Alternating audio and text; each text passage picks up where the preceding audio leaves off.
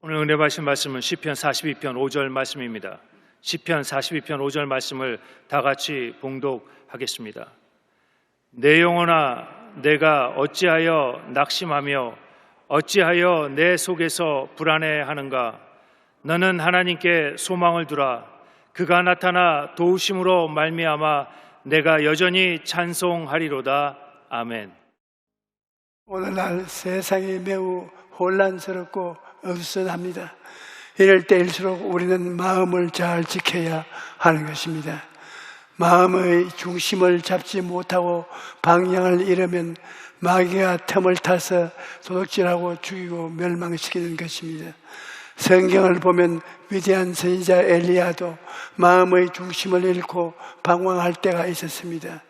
그는 갈멜산에서 수백 명의 바알 선지자들을 심판하고 하나님께 기도하여 3년 6개월 동안 멈추었던 비를 내리게 했던 위대한 하나님의 종입니다.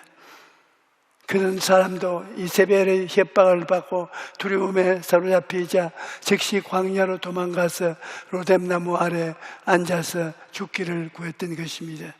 여러분, 두려움과 절망은 누구에게든지 다가올 수 있는 것입니다. 위대한 종 엘리야에게도 다가올 수 있고 여러분에게도 다가올 수 있습니다. 그러므로 우리는 무엇보다 자기가 마음을 잘 지켜야 합니다. 어떻게 하면 그렇게 할 수 있을까요? 오늘 읽은 성경을 보면 시편 기자는 마음이 낙심되고 불안할 때 하나님께 소망을 두라고 말합니다. 시편이 42편 5절에 내 영혼아, 내가 어찌하여 낙심하며 어찌하여 내 속에서 불안해하는가? 너는 하나님께 소망을 두라. 그가 나타나 도우심으로 말미암아 내가 여전히 찬송하리로라고 말하고 있는 것입니다. 여러분, 우리가 하나님께 소망을 둘 때 하나님께서 우리를 도와주셔서 모든 두려움과 낙심과 불안을 우리가 넉넉히 이길 수 있는 것입니다. 첫째로 하나님께 소망을 두는 사람은 하나님을 그 마음의 주인으로 모시는 사람입니다. 우리가 인생을 살다 보면 여러 가지 어려움을 겪게 됩니다. 영혼이 삶에도 시련이 다가오고 세상 생활에도 어려움이 다가오는 것입니다. 사업상 어려움이 다가오고 대인관계의 어려움, 부부간의 어려움, 부모 자식 간의 어려움, 끊임없이 어려움이 다가오는 것입니다.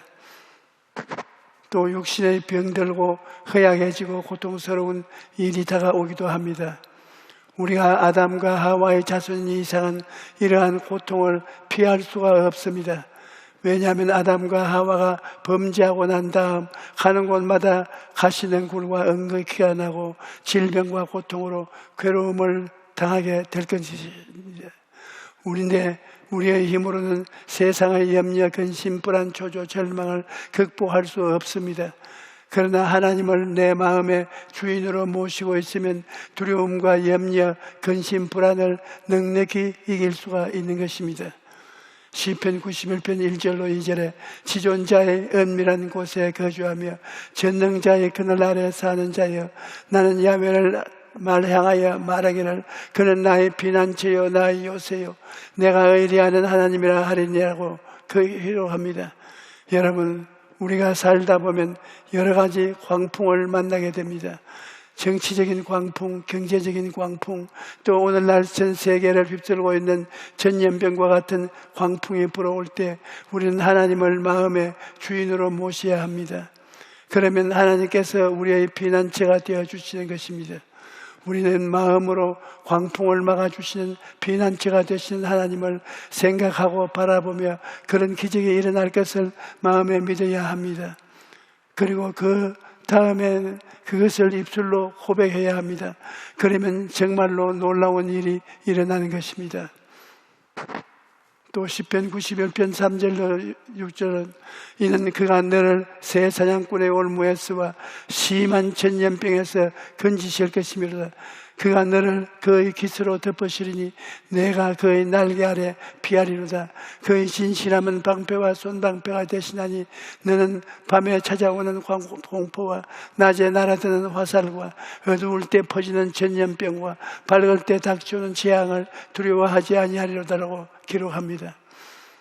하나님은 우리의 마음의 주인으로 모시면 낮에 날아드는 화살과 밤에 퍼지는 전염병도 우리를 해하지 못할 것입니다. 여러분, 요즘같이 어려운 때에 하나님이 우리와 함께 계신다는 것은 우리에게 굉장한 위로와 도움과 힘이 되는 것입니다. 하나님이 우리를 사랑하셔서 예수 그리스도를 통해서 베푸신 은혜를 깨달아 알면 우리는 어떠한 형편에서도 위로와 힘을 얻고 희망을 가질 수가 있는 것입니다. 하나님께서는 예수님을 통해서 우리를 구원하시기 위해 최선을 다하셨습니다.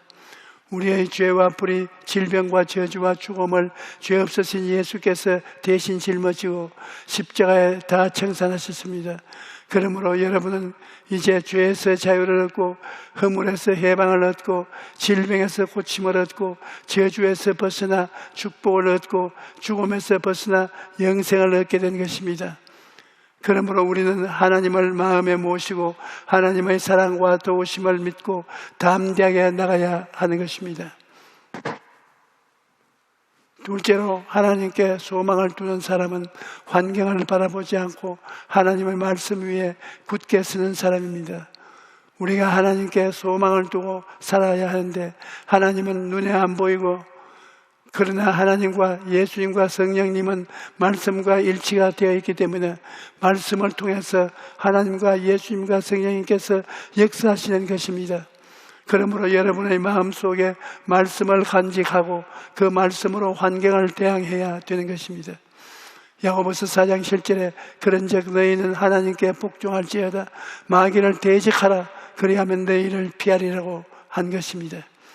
그러므로 죄의 유혹이 오면 말씀으로 죄의 유혹을 대적해야 되고, 병이 오면 병을 대적해야 되고, 귀신이 오면 귀신을 대적해야 되고, 사업상 어려움이 오면 말씀 위에 서서 기도하고 믿음으로 대적해야 되고, 죽음이 세례까지 대적해야 되는 것입니다.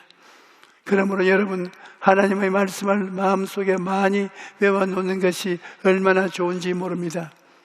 저는 매일같이 잠들기 전에 시편 23편을 외우고 아침에 깨어나면 제일 먼저 시편 23편을 외웁니다. 말씀을 외우고 믿으면 성령께서 마음속에 역사하시는 것입니다. 야훼는 나의 목자시니 내게 부족함이 없으리로다. 그가 나를 푸른 풀밭에 놓이시며 쉴만한 물가로 인도하시는도다. 내 영혼을 소생시키시고 자기 이름을 위하여 의의 길로 인도하시는도다. 내가 사망의 엄침한 골짜기로 다닐지라도 해를 두려워하지 아니할 것은 주께서 나와 함께 하심이라. 주의 지팡이와 막대기가 나를 안위하시나이다. 주께서 내 원수의 목전에서 내게 상을 차려 주시고 기름을 내 머리에 부으셨으니 내 잔이 넘치나이다. 내 평생의 선하심과 인자하심이 반드시 나를 따르니 내가 야훼의 집에 영원히 살리로다.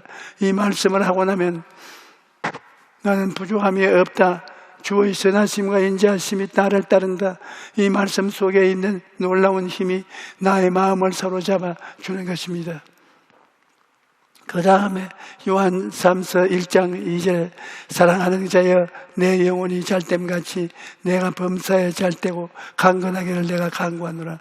이 말씀을 외워놓으면 내가 어떻게 살까 걱정과 염려와 두려움이 다가올 때 성경에 내 영혼이 잘됨같이 내가 범사에 잘되고 강건하기를 내가 간구한다고 말했으니 반드시 잘 될 것을 생각하고 잘 될 것을 꿈꾸고 잘 될 것을 믿고 잘 될 것을 강하게 선포할 수가 있는 것입니다. 혹은 마음에 고통스럽고 육신이 병들었을 때는 베드로전서 2장 24절 말씀을 친히 나무에 달려 우리 죄를 담당하셨으니 이는 우리를 죄에 대하여 죽고 의에 대하여 살게 하심이냐. 그가 채찍에 맞음으로 너희는 나음을 얻었나니. 이 말씀 위에 굳게 서서 나음을 받은 것을 생각하고 나음을 받은 것을 내 모습을 사진처럼 바라보고 믿고 그리고 강하게 말해야 하는 것입니다. 그가 채찍에 맞음으로 나는 나았다. 눈에는 아무 증거 안 보이고 귀에는 아무 소리 안 들려도 나는 나았다. 그렇게 믿음으로 선포하면 믿은 대로 이루어지는 것입니다. 또 마음에 두려움이 다가올 때는 이사야 41장 10절 말씀이 얼마나 좋습니까? 두려워하지 말라, 나가 너와 함께 함이라. 놀라지 말라, 나는 내 하나님이 됨이라. 내가 너를 굳세게 하리라. 참으로 너를 도와주리라. 참으로 나의 오른손으로 너를 붙들리라. 여러분, 이 말씀이 여러분 마음속에 들어오면 용기와 힘이 솟아오르는 것입니다. 아무도 의지할 수가 없어 온 천지가 다 캄캄하고 외로울 때도 하나님의 말씀이 광명한 빛과 같이 마음속에 들어와서 두려워 말라, 내가 너와 같이 한다. 놀라지 말라, 나는 내 하나님이 된다. 내가 너를 굳세게 할 것이다. 참으로 너를 도와준다. 참으로 나의 오른손으로 너를 붙들어준다. 이런 말씀을 하시니 얼마나 큰 위로가 됩니까? 천군 만마를 얻은 것 같지 않습니까? 이와 같이 우리는 하나님의 말씀을 통해서 모든 어려움과 두려움을 이길 수가 있습니다. 그러므로 우리에게 주신 최고의 선물이 말씀인 것입니다. 말씀을 통하여 하나님이 나타나시고, 말씀을 통하여 예수님이 찾아오시고, 말씀을 통하여 성령께서 역사하시는 것입니다.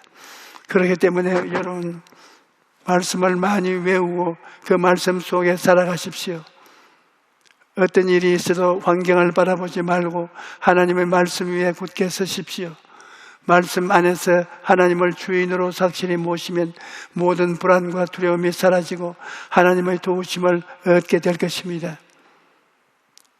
셋째로, 하나님께 소망을 두는 사람은 어려움을 당할 때 기도하는 사람인 것입니다. 여러분, 우리가 기도해야 그 기도를 통하여 하나님께서 역사해 주시는 것입니다. 우리가 기도하지 않는데 하나님께서 어떻게 역사해 주시겠습니까? 우리는 마음의 확신과 평안이 올 때까지 하나님 앞에 엎드려 기도해야 되는 것입니다. 하나님께서는 너는 내게 부르짖어라, 내가 내게 응답하겠고 내가 알지 못하는 그 은밀한 일을 내게 보이리라고 말씀하셨습니다. 어려움을 당할 때 홍해가 내 앞을 가로막을지라도 우리가 기도하면 하나님께서 홍해가 갈라지게 하시는 것입니다. 예전에 독일 프랑크푸르트 군수음교회 성도님으로부터 편지를 받은 적이 있습니다. 이분은 한국 사람이 아닌 독일 사람인데 루게르 병을 앓고 있었습니다. 주변 사람들이 독일 사람이 왜 말도 안 되는 한인 교회를 다니냐고 물어볼 때마다 이분이 대답하기를, 통역 없이는 알아들을 수 없지만 이 교회는 성령님의 임재가 있는 교회, 아픈 몸을 이끌고 가서 예배를 드리면 몸이 가벼워지는 것을 체험하기 때문이다. 그렇게 말했다는 것입니다. 그런데 이분이 간증이 감동을 들어온 것은, 이분은 루게릭병 때문에 잘 움직이지 못하지만 하나님께 기도함으로써 날마다 기적을 체험하고 있다고 간증한 것입니다. 기도하니까 하나님께서 건강한 자녀들을 출산하게 해주시고, 기도하니까 하나님께서 듣는 자를 보내셔서 자녀들을 키울 수 있게 해주시고, 기도하니까 불신자인 친정아버지가 예수님을 믿고 이분의 간증에 새집까지 마련해 준 것입니다. 그래서 자기는 몸이 불편해서 아무것도 할 수 없지만 기도하면 주님께서 모든 것을 해주신다고 간증한 것입니다. 그리고 오중보험과 삼중축복의 말씀이 자신의 삶을 변화시키고 너무나 큰 힘이 되었다고 저에게 감사한 전해왔습니다. 여러분, 기도는 이와 같이 위대한 힘을 가지고 있는 것입니다. 몸이 연약해서 움직이기 힘든 사람도 기도를 통해서 많은 일을 할 수 있을 것입니다. 중국 선교사 허선 테일러도 건강에 좋지 않아서 병상에 있을 때 하나님께 기도만 했는데 자기가 건강할 때도 하지 못하는 일까지 하나님께서 다 이루어 주셨다고 간증한 것입니다. 여러분, 우리 인간은 연약해서 할 수 없는 일이 참 많습니다. 그러나 전능하신 하나님께는 불가능이 없는 것입니다. 그러므로 어려움을 당하실 때 낙심하거나 두려워하지 말고 하나님께 나아가서 기도하십시오. 사람들을 대개 곧 시련을 당할 때 다 끝났다고 말합니다. 하지만 하나님께 소망을 두는 사람은 그렇게 말해서는 안 됩니다. 다 끝났다가 아니라 아직 늦지 않았다라고 말해야 합니다. 왜냐하면 우리에게 아직 기도가 남아있기 때문인 것입니다. 여러분, 하나님은 우리는 언제나 우리에게 아직 늦지 않았다라고 말씀하십니다. 우리가 기도하면 하나님께서 역사하셔서 문제를 해결하시고 길을 열어주시는 것입니다. 그런데 오늘날 많은 사람들이 몇 번이고 기도하다가 포기하고 마는 것을 봅니다. 그러나 여러분, 기도는 영적인 전쟁입니다. 전쟁이란 그렇게 쉽게 끝나지 않아요. 싱겁게 시작해서 싱겁게 끝나는 전쟁은 없습니다. 생사를 걸어놓고 투쟁이 바로 전쟁인 것입니다. 우리가 하나님께 나아가는 길은 막고 있는 마귀와 악령들과 한판 싸움을 하는 것이 우리의 기도인 것입니다. 그 때문에 기도에는 인내가 필요합니다. 엘리야는 기도로 비를 내리게 했던 이스라엘의 위대한 선지자입니다. 그런데 그가 한 번 기도해서 비가 내린 것이 아닙니다. 엘리야는 한 번 기도해서 응답이 없자 2번 기도했습니다. 2번 기도하자 응답이 없자 3번 기도했습니다. 그렇게 7번을 간절히 기도했을 때에야 멀리서 손바닥만한 구름이 보이기 시작하니 마침내 비가 쏟아지기 시작한 것입니다. 저는 제목 기도를 할 때면 새벽에 그 제목을 가지고 간절히 기도합니다. 그리고 점심이 되면 또 그 제목을 놓고 기도하고 잠자리에 들어가기 전에도 그 제목을 놓고 기도합니다. 이와 같이 간절한 마음으로 끝까지 기도할 때 기적이 나타나는 것입니다. 이러므로 여러분, 마음에 간절한 소원을 가졌으면 마음속에 평안이 다가올 때까지 끝까지 부르짖어야 되는 것입니다. 출애굽기 17장을 보면 여호수아가 군대를 이끌고 나가서 아말렉과 싸워서 크게 이겼는데 성경을 보면 그 승리는 모세의 끈질긴 기도 때문이었다고 말합니다. 출애굽기 17장 10절로 12절에 여호수아가 모세의 말대로 행하여 아말렉과 싸우고 모세와 아론과 훌은 산꼭대기에 올라가서 모세가 손을 들면 이스라엘이 이기고 모세가 손을 내리면 아말렉이 이기더니 모세의 팔이 피곤해서 그들이 돌을 가져다가 모세의 아래에 놓아 그가 그 위에 앉게 하고 아론과 훌이 한 사람은 이쪽에서 한 사람은 저쪽에서 모세의 손을 들어 올렸더니 그 손이 해가 치도록 내려오지 아니하였느냐고 기록되어 있습니다. 전쟁에 이기느냐 지느냐가 그 전쟁터에 있는 것이 아니라 그 전쟁의 배후에서 하늘을 향하여 부르짖는 기도가 승패를 결정지었던 것입니다. 그런데 만약 모세가 중간에 기도를 포기했더라면 전쟁에서 이기지 못했을 것입니다. 도중에 포기하지 않고 끝까지 기도했기 때문에 마침내 승리를 가져올 수 있었던 것입니다. 오늘날 또 우리는 모든 일에 있어서 기도를 싸워야 합니다. 요사이 전국 교회가 여러 가지로 어려운 상황에 놓여 있습니다. 이를 한때 모세와 아론과 홀이 전쟁에서 싸우는 여호수아와 백성들을 위해 기도한 것처럼 오늘날 우리의 종과 재직들은 성도들을 위해 간절히 기도해야 할 것입니다. 그러면 그 기도를 통해서 하나님께서 성도들에게 지혜를 주시고 총명을 주시고 능력을 주시고 권세를 주시고 힘을 주셔서 성도들이 이 세상에서 나가 원수와 마귀와 싸워서 승리할 수 있는 힘을 주는 것입니다. 또 성도들도 각자의 자리에서 기도해야 될 것입니다. 매일 아침 주께서 나와서 부르시려면 그날 전쟁터에 나가서 생존 경쟁의 투쟁을 할 때 하나님께서 힘을 주셔서 승리할 수 있게 되는 것입니다.